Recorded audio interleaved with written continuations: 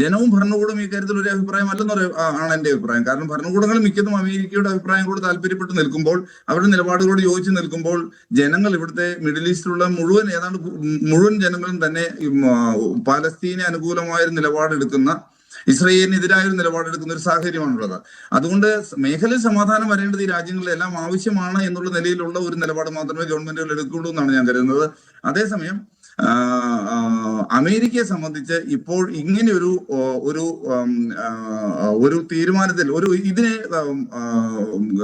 Hamas അംഗീകരിക്കുകയും പൂർണ്ണമായ രീതിയിൽ അവർ ഡിസാം ചെയ്യുകയും ചെയ്യുക എന്നുള്ളത് ഇരു കൂട്ടരുടെയും ആവശ്യമാണ്, ഇസ്രയേലിന്റെയും അമേരിക്കയുടെയും ആവശ്യമാണ്. അതിന് പാർഷ്യലായി മാത്രമേ ഹമാസ് അംഗീകരിച്ചുള്ളൂ, പൂർണ്ണമായി അംഗീകരിച്ചിട്ടില്ല.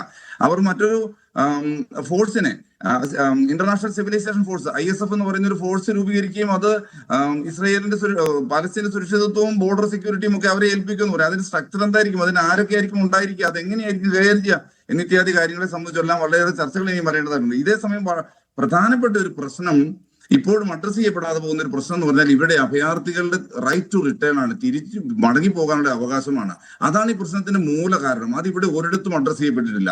എങ്കിലും സത്വരമായി ചെയ്യേണ്ട കാര്യം വെടിനിർത്തലും ഹ്യൂമാനിറ്റേറിയൻ എയ്ഡും എത്തിക്കുക എന്നുള്ളത് വളരെ പ്രധാനപ്പെട്ടതാണ്. അതിനെ അഡ്രസ് ചെയ്യുന്നുണ്ടെങ്കിലും ഇന്ന് മറ്റ് രാജ്യങ്ങൾ അഭയാർത്ഥികളായി കഴിഞ്ഞ് നേർപകുതി പാലസ്തീനിയൻസിന് തിരിച്ചു പോകാനുള്ള അവകാശം ലഭിക്കണം. അതാണ് പ്രധാനപ്പെട്ട പ്രശ്നം. അത് ഈ 20 ദിന പരിപാടിയിൽ എങ്ങും പറഞ്ഞിട്ടില്ല. അതുകൊണ്ടാണ് ഞാൻ ആദ്യവും പറഞ്ഞത് ഇത് ശാശ്വതമായ ഒരു പരിഹാരം ഉണ്ടാകും. താങ്കളുടെ പരിമിതി ഞാൻ മനസ്സിലാക്കുന്നുണ്ട് ഈ അറബ് കൺട്രീസുമായി ബന്ധപ്പെട്ട ക്വസ്റ്റ്യൻസിൽ പ്രതികരിക്കുന്നതിൽ.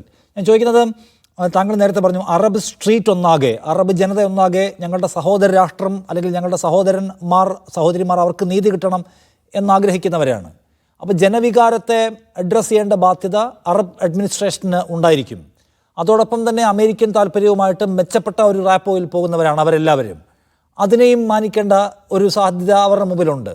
അപ്പോൾ ഇതിനിടയ്ക്ക് ഒരു പരിഹാര മാർഗത്തിനൊപ്പം മാത്രമേ അവർക്ക് നിൽക്കാൻ കഴിയൂ. ആത്യന്തികമായ ഫലസ്തീൻ രാഷ്ട്രമെന്ന ആശയത്തിന് വേണ്ടി അഗ്രസീവായി നിൽക്കാൻ കഴിയില്ല.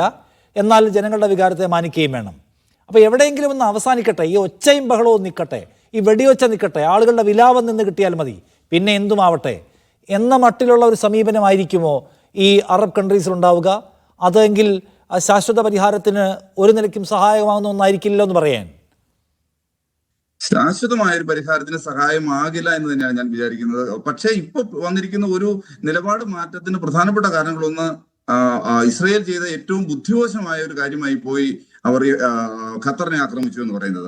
അത് മറ്റു പരമാധികാരി രാജ്യത്തെ അവർ ഒരിക്കലും ആക്രമിക്കാൻ പാടില്ലായിരുന്നു. അത്തരത്തിലുള്ള ഒരു ആക്രമണം ശരിക്കും ഇതുവരെ ഉണ്ടായിരുന്ന നിലപാടുകളിൽ നിന്ന് മാറ്റി ചിന്തിക്കുവാൻ ഈ മേഖലയിലുള്ള അറബ് രാജ്യങ്ങളുടെ നേതാക്കന്മാർക്ക് ഒരു കാരണമായി തീർന്നിട്ടുണ്ട്.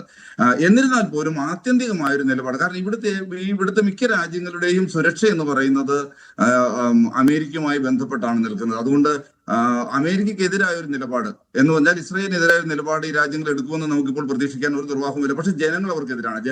താങ്കൾ പറഞ്ഞ വളരെ പ്രധാനപ്പെട്ട ഒരു പോയിന്റാണ്. ജനങ്ങൾ തെരുവിലാണ്.